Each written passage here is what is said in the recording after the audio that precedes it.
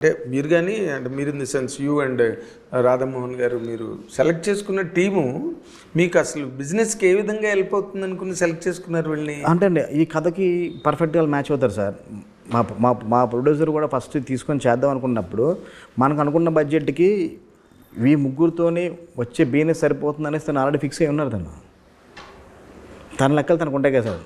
సాయికి మన బెల్లకొండ సాయి శ్రీనివాస్ గారికి హిందీ మార్కెట్ ఎంత ఉంది, బెల్లంకొండ సాయి శ్రీనివాస్ అని కానీ ఇప్పుడు ఇవాళ రేపు హిందీ మార్కెట్ మీద ఎక్కువ డిపెండ్ అయిపోతుంది. ఉంది మార్కెట్ ఇది ఉంది, ఆ లెక్కల క్యాలిక్యులేషన్ ఉంది కదా సార్. ఆల్రెడీ అప్పటికి సాయి గారికి ఆల్రెడీ అడ్వాన్స్ ఇచ్చున్నారు రాధామోహన్ గారు. ముందు అడ్వాన్స్ ఇచ్చారు, కానీ ఈ సినిమా చేద్దామని కాదు, సినిమా చేద్దాం అనుకున్న ప్రాసెస్లో ఈ సినిమా చేద్దాం మనకి పైప్ లైన్లోకి వచ్చింది మనకి. ఓకే, తర్వాత ఈ సినిమా నచ్చి ఆయన కూడా జరుగుతున్న సినిమాలన్నీ కూడా పక్కన పెట్టి 3 months కంటిన్యూగా డేట్లు ఇచ్చారు మనకి ఈ సినిమాకి. కంటిన్యూగా అందుకని సెప్టెంబర్ మిడ్ స్టార్ట్ చేసి డిసెంబర్ మిడ్కి సినిమా ఫినిష్ చేసామని. తక్కువ డేస్లో అంటే కంటిన్యూగా 81 days చేసామండి. 81 daysలో కంటిన్యూగా షూట్ చేసాం, ఆల్మోస్ట్ ఎక్కువ బ్రేక్ కూడా లేకుండా. అంటే వాట్ ఈస్ ది అంటే ఇప్పుడు కల్కి అలాంటి ఒక సినిమా వచ్చేసాక అంటే అప్పుడు అంతకుముందు రావడం సుబ్రహ్మణ్యపురం అవన్నీ వేరే. బట్ ఇది వచ్చిన తర్వాత కార్తికేయ 2 వచ్చింది, ఇవన్నీ వచ్చిన తర్వాత ఈ కైండ్ ఆఫ్ కథల్ని ఎంతో అద్భుతంగా చెప్పకపోతే ఆడియన్స్కి ఎక్కుతాయా అదే డౌట్ ఉన్నది. అదే అండి, అంటే కల్కి కార్తికేయ ఎన్ని చూసుకున్నా ఆ జోనర్స్లో అది మొత్తం మైథలాజికల్, అది వేరే ఒక డిఫరెంట్ జోనర్స్. ఇందులో ఇది ఒక ఎలిమెంట్ మాత్రమే మనకి. ఈ మైథలాజికల్ ఒక ఎలిమెంటే, దాని మీదే కథ రన్ అవుతుంది. మైథలాజికల్ ఒక ఎలిమెంటే, ముగ్గురు ఫ్రెండ్షిప్ మధ్యన, అంటే ముగ్గురు అన్నదమ్ముల్లో ఉండే ఒక ఫ్రెండ్షిప్ మధ్యన, ఒక ఫ్యామిలీ మధ్యన జరిగే ఒక ఫ్యామిలీ ఎమోషన్ సినిమా అండి ఇది. Okay, complete family action drama, దానికి చిన్న మైథలాజికల్ సెటప్ ఉంటుంది అంతే. ఓకే, ఆ సినిమాకి కంప్లీట్ క్వైట్ కాంట్రాస్ట్. అంటే ఇప్పుడు మీరు మొట్టమొదట you and your producer Bhairavan చూసినప్పుడు, మన గరుడని చూసినప్పుడు అసలు ఏంటి, ఏ బేస్ మీద చేసాడు ఈ సినిమా? ముగ్గురు కుర్రాళ్ళు అనగానే మనకు మన ఊరు పాండవులు ఉన్నది ఊర్లో, గ్రామంలో. అది కాదండి, ఆ విలేజ్లో ఆ టెంపుల్ సంబంధించి ఒక కాన్ఫ్లిక్ట్లో ముగ్గురు ఫ్రెండ్స్ అందులో ఇరుక్కోవాల్సి వస్తుంది. అందులోంచి వాళ్ళు ఎలా ఓవర్కమ్, ఎలా బయటకు వచ్చారు, దాన్ని ఎలా ఛేదించారు అనేది కథగా ఉంటుంది అనమాట.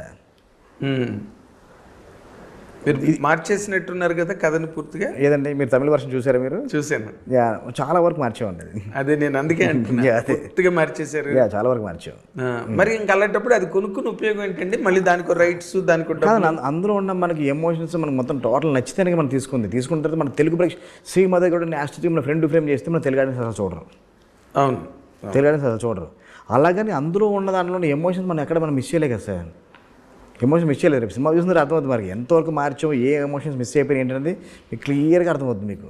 ఇంకా ఏం ఎన్హాన్స్ చేసాము, ఏం క్యారెక్టరేషన్స్ ఇంకా క్యారెక్టర్ ఆర్కులు ఇంకా బిల్డ్ చేసాం మనం, ఏ క్యారెక్టర్ ఇంకా ఎన్హాన్స్ చేసాము మీకు క్లియర్గా అర్థమవుతుంది. నాకు అదే అర్థం కాదనమాట. ఎందుకంటే ఇప్పుడు సీతారాముల సినిమా వచ్చిన తర్వాత తమిళ్లో మన్నన్ వచ్చింది. సీతారాములే మన్నన్. ఓకే, మళ్ళీ మన్నన్ రైట్స్ కొనుక్కుని దేవర ప్రసాద్ గారు మళ్ళీ గరానమూడని తీసారు. ఇప్పుడు మీరు ఎందుకు దానికి అంటే అప్పట్లో ఎందుకు తీశారంటే, అప్పుడు ఈ సినిమా అంటే స్టార్ హీరోని బట్టి డెఫినెట్గా మారిపోతుండేది. హీరో మారిన తర్వాత సేమ్ కథ సెటప్ ఎంతమంది చేసినా జనాలు చూస్తుండే వాళ్ళు, సేమ్ టైటిల్తో సేమ్ కథతో కూడా సినిమాలు వస్తుండే, సేమ్ అలాంటి సెటప్తో. ఇప్పుడు అలాంటి సెటప్ లేదు. ఇప్పుడు సినేరియో మారిపోయింది. ఏంటి మీరు మారిపోయిన సినేరియోని ఏంటి గమనించారు మధ్య రోజుల్లో? సినిమా అన్నది మనం రియలిస్టిక్గా ప్రజెంట్ చేయకపోతే సినిమా చూసే రోజులు పోయినాయండి. డ్రామాను కూడా చాలా రియలిస్టిక్గా ప్రజెంట్ చేయాలి. ఒక మెలో డ్రామాగా ప్రజెంట్ చేస్తే జనాలకు ఎవరికి కనెక్ట్ అవ్వట్లేదు. మినిమం ఎంటర్టైన్మెంట్ సినిమా తీసినా చాలా లైవ్లీగా ఉండాలి. లేకపోతే మన కోర్ట్ డ్రామా అని వచ్చింది, అది తీసినా చాలా లైవ్లీగా ఉండాలి. ఇప్పుడు నాంది అనే సినిమా అంత ఎమోషనల్ ఇప్పుడు తీస్తే జనాలు చూస్తారు లేదని నాకు చిన్న డౌట్ కూడా ఉందన్నమాట. ఎందుకంటే కోర్ట్ అనే సినిమా ఇంత లైటర్ చేస్తే చాలా పెద్ద హిట్ ఇచ్చారు సినిమాని. అవును, కోర్ట్ రూమ్ డిస్కషన్స్ కూడా చాలా సింపుల్గా ఉన్నాయి, పెద్ద ట్విస్టులు కూడా లేవు. నేను ఆంధ్రలో ట్విస్టులు కూడా లేవు, అయినా కానీ చాలా పెద్ద హిట్ అయింది సినిమా. అంటే జనాల మైండ్ సెట్ మారుతుంది దాని ప్రకారం మనం కూడా మారుతూ ముందుకు వెళ్ళాల్సిందే. ఓకే, అంటే దీన్ని లైటర్ వే చేశారా కంప్లీట్గా? లైటర్ వే కాదండి, లైటర్ వే చేసి ఫిల్మ్ అంటే ఏ సీన్ అయితే మనం దాన్ని బలంగా చెప్పాలో, ఏ సీన్ అయితే ఎమోషన్ మనం స్ట్రాంగ్గా చెప్పాలో ఆ సీన్ చాలా స్ట్రాంగ్గా చెప్పాం. మీకు బేసిక్గా నీకు ఎవరి ఇంప్రెషను, ఎవరి ఇన్ఫ్లుయెన్స్ ఎక్కువ ఉంది నీ మీద డైరెక్టర్గా? నాకు రాజమౌళి గారి ఇన్ఫ్లుయెన్స్ ఎక్కువ ఉంటుందని నాకు అనిపిస్తుంది. నా వరకు నాకు అనిపిస్తుంది రాజమౌళి గారి ఇన్ఫ్లుయెన్స్ ఎక్కువ ఉందని నాకు అనిపిస్తుంది. ఓకే, ఎందుకంటే ఎమోషన్స్ని హ్యాండిల్ చేసేటప్పుడు నాకు చాలా ఇష్టం. ఆయన ఎమోషన్స్ని హ్యాండిల్ చేసే విధానం నాకు చాలా ఇష్టం. ఓకే, నాకు ఎమోషన్స్ చాలా చాలా ఇష్టం అండి. అంటే అందరూ అనుకుంటారు ఏడ్పించడం నాకు ఇష్టమే అనుకుంటారేమో, కానీ ఆ సీన్స్ నాకు ఎందుకో బాగా నచ్చుతాయి తీయడానికి. ఓ అంటే ఈ సినిమాలో ఎన్ని సీన్లు రాజమౌళిలో తీశారు? ఆ రేంజ్లో తీయడం మనకి ఇంపాసిబుల్ అండి. ఎందుకంటే ఆయనకున్న వేరు, ఆయనకున్న స్కేల్ వేరు, ఆయనకున్న పరిధి వేరు. ఒక సీన్ ఎన్ని రోజులను షూట్ చేయొచ్చు. మనకున్న పరిధిలో ఆయన ఇన్స్పిరేషన్గా తీసుకొని మనం తీయగలం తప్ప ఆయన రేంజ్లో తీయాలంటే మనం ఇప్పుడైతే మన ధర అయితే కాదండి. అది ఆయన ఎక్కడో స్కైలో ఉన్నారు అంతే ఆయన. కానీ కాదంటే ప్రతిదీ అంటే ప్రతి లెసన్ ప్రతిదీ నేర్చుకోవడం కదా సార్. రాజమౌళి గారి సినిమాని కొంత నేర్చుకుంటాము, అనిల్ రావుపూడి సినిమాని నేర్చుకుంటాము, మా బాస్ హరిశంకర్ గారి సినిమాని కొంత నేర్చుకుంటాము, క్యారెక్టరైజేషన్ డైలాగ్ ఎలా చెప్పాలన్నది. కొట్టాల శివ గారి సినిమాలో నుంచి అంటే ఒక ప్రేక్షకుడికి ఒక డైలాగ్ చెప్తే ఎంత చిన్న షార్ట్ ఫామ్లో ఎలా చెప్పొచ్చు అన్నది. పూరి గారు చెప్తే ఒక అగ్రెషన్తో ఒక యాటిట్యూడ్ ఉన్న క్యారెక్టర్ డిజైన్ చేస్తే ఎలా చెప్పాలి పూరి గారి సినిమా నేర్చుకుంటాం. అలాగే రాజమౌళి గారి సినిమా నుంచి కొంచెం ఎక్కువ నేర్చుకుంటాను నేను. ఓకే, మీ తక్కువ డైరెక్టర్ల పేర్లు చెప్పావు కదా, అవన్నీ దీంట్లో కనిపిస్తాయా ఎక్కడైనా? అలా ఉండదండి. అవన్నీ మనకి ఎక్కడో మనకి మన మీద ప్రేమ్ చేస్తే ఉంటే తప్ప ఇప్పుడు నా బిఫోర్ నా 2 ఫిల్మ్స్లో కూడా ఏ డైరెక్టర్ ఇన్ఫ్లుయెన్స్ ఎక్కడ ఉండదు. అలాగే ఈ సినిమా ఇన్ఫ్లుయెన్స్ ఉండదు. కాకపోతే మనకి ఎక్కడైనా మనం ఇన్స్పైర్ అవుతూ ఉంటాం మనకు తెలియకుండా. అంతే, ఎక్కడో ఆ మొమెంటరీ ఇన్ఫ్లుయెన్స్ ఉంటుంది. కానీ ఒక ఇది మళ్ళీ ఆ సీన్ అలా షూట్ చేస్తున్నాను అనిపించినప్పుడు మాత్రం నేను డెఫినెట్గా కరెక్ట్ చేసుకుంటా అక్కడే. అవునా? యా. మరి ఇంకెందుకు ఇన్స్పిరేషన్? కాదండి, ఇన్స్పిరేషన్ అంటే ఒక సీన్ చెప్పినప్పుడు ఒక ఎమోషనల్ సీన్ ప్రజెంట్ చేసినప్పుడు ఆయన ఎంత బలంగా చెప్పగలుగుతున్నాడు, ఆయన ఎంత హత్తుకునేలా చెప్పగలుగుతుండేది మనకు ఇన్స్పిరేషన్. అది అంటే ఆ షార్ట్ మేకింగ్ అని అనట్లేదు, ఆ షార్ట్ మేకింగ్ ఆ బ్యాక్గ్రౌండ్ స్కోర్ అనట్లేదు, ఆయన చెప్పిన విధానం దాన్ని ఎంత బాగా చెప్పొచ్చు అండి. అది కన్వే చేసిన విధానం మీ స్కేల్లో మీకుంటుంది, స్కేల్ అనుకుంటుంది. ఎందుకంటే క్లోజ్ షాట్లో అలా పెట్టుకొని కన్వే చేయొచ్చు, లేకపోతే ఒక ట్రాలీ మూమెంట్స్ కన్వే చేయొచ్చు, ఇంకో డిఫరెంట్ యాంగిల్ ఉంటే కన్వే చేయొచ్చు.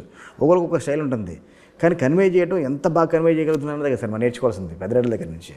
అఫ్ కోర్స్ అంటే ఇప్పుడు సినిమాలు ఎలాగయ్యాయి అంటే ఓ పక్కన హై స్కేల్ ఫ్యాంటసీస్ లైక్ కల్కి, రైట్, తర్వాత ఇంకో పక్కని కట్ చేస్తే విరూపాక్ష లాంటి పెద్ద హిట్టు, బ్లాక్ మ్యాజిక్, నిమ్మకాయలు, దుమ్ములు, మేకులు, ఒక కల్చర్, పులిమేర, అవన్నీ అలా.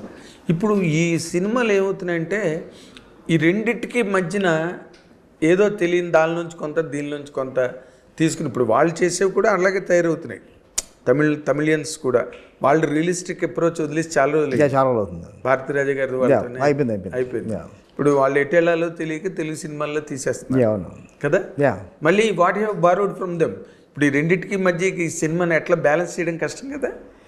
కష్టం అవుతుందండి. అంటే ఇప్పుడు మీరు చెప్పిన విరూపాక్ష కానీ, కల్కి కానీ, లేదా ఇంకో సినిమాలు కానీ, బ్లాక్ మ్యాజిక్ అనే సినిమాలు అంటారు కదా, ఆ సినిమాలతో పాటు ఎంటర్టైన్మెంట్ వస్తున్న సినిమాలు కూడా జనాలు చూస్తున్నారు, అన్నీ చూస్తున్నారు. సామాజిక వర్గం లాంటి పెద్ద హిట్ ఇచ్చారు, కోర్టు డ్రామా హిట్ ఇచ్చారు. రీసెంట్గా సింగిల్ చాలా మంచి హిట్ అది. ఆల్మోస్ట్ ఇంకా సామాజిక వర్గం కన్నా ఎక్కువ చేస్తున్నారు సినిమా. అది ట్రేడ్లు అందరూ ట్వీట్లు చూస్తున్నాం, మన పేరు ఒకటి ఇట్లు బాగుంది. సినిమా కూడా బాగుంది. నేను ఈ ప్రమోషన్స్లో చూడలేకపోయాను. తర్వాత సమంత్ గారు ప్రొడ్యూస్ చేసిన సినిమా, ఆ సినిమా రేంజ్కి ఆ సినిమా చాలా మంది బాగా చూశారు. అన్నిటిని మించి అసలు జగదేవుడి అతిలోక సుందరి రిలీజ్ చేసి అదిరిపోయింది. అంటే మనం ఏ జోటలో సినిమా వస్తుంది కాదండి, జనాలకి ఈ సినిమాకి నువ్వు వస్తే నిన్ను ఎంటర్టైన్ చేయబోతున్నావు కామెడీ సినిమాకి, లేదా ఒక ఎమోషనల్గా సినిమా తీసుకెళ్ళబోతున్నావు, ఒక మైథలాజికల్ ఇంకొక లోకంలో నుండి తీసుకెళ్ళబోతున్నావు, లేదా ఆ యాక్షన్ సినిమా నేను యాక్షన్తో మెస్మరైజ్ చేయబోతున్నావు. అంటే మన హిట్ కానీ మార్కో కానీ ఒక నెక్స్ట్ లెవెల్ ఒక యాక్షన్ చూపించబోతున్నాం అని జనాలు మనం కరెక్ట్గా క్లియర్గా చెప్పగలిగితే కనుక థియేటర్లో ఆడియన్స్ దాన్ని బాగా కనెక్ట్ అయ్యి సినిమా చూస్తున్నారు. మన సినిమా ఏంటంటే మనకి కరెక్ట్గా మన జనాలు చెప్పగలగాల్సి వస్తుంది. హిట్ టీవీ యాప్, ఇందులో short news, live news, entertainment shows, movies, digital magazines తో పాటు మీ జిల్లా వార్తలను కూడా ఫ్రీగా చూడొచ్చు. ఇంకెందుకు ఆలస్యం, వెంటనే హిట్ టీవీ యాప్ ని డౌన్లోడ్ చేసుకుని ఫ్రీగా ఎంటర్టైన్మెంట్ పొందండి. Hit TV app, hit TV app, please download hit TV app. Hit TV app ని ఫ్రీగా డౌన్లోడ్ చేసుకుని ఎంజాయ్ చేయండి. మీకు నచ్చిన ఎంటర్టైన్మెంట్ కోసం హిట్ టీవీ యాప్ ని ఫ్రీగా డౌన్లోడ్ చేసుకుని ఎంజాయ్ చేయండి. హిట్ టీవీ యాప్ ని డౌన్లోడ్ చేసుకుని ఆస్వాదించండి, ఆశీర్వదించండి. ఇంతమంది సెలబ్రిటీలు హిట్ టీవీ యాప్ ని డౌన్లోడ్ చేసుకోండి అని చెప్తున్నారంటే ఎంత మంచి యాప్ ఆలోచించండి. అమెరికాలో చదవాలనుకునే వాళ్ళకి విశ్వసనీయమైన పేరు మన శౌర్య కన్సల్టెన్సీ. UK లో 1 year masters, 2 years work permit up to 5 years visa. Contact Saurya Consultancy. Contact 89851 89851.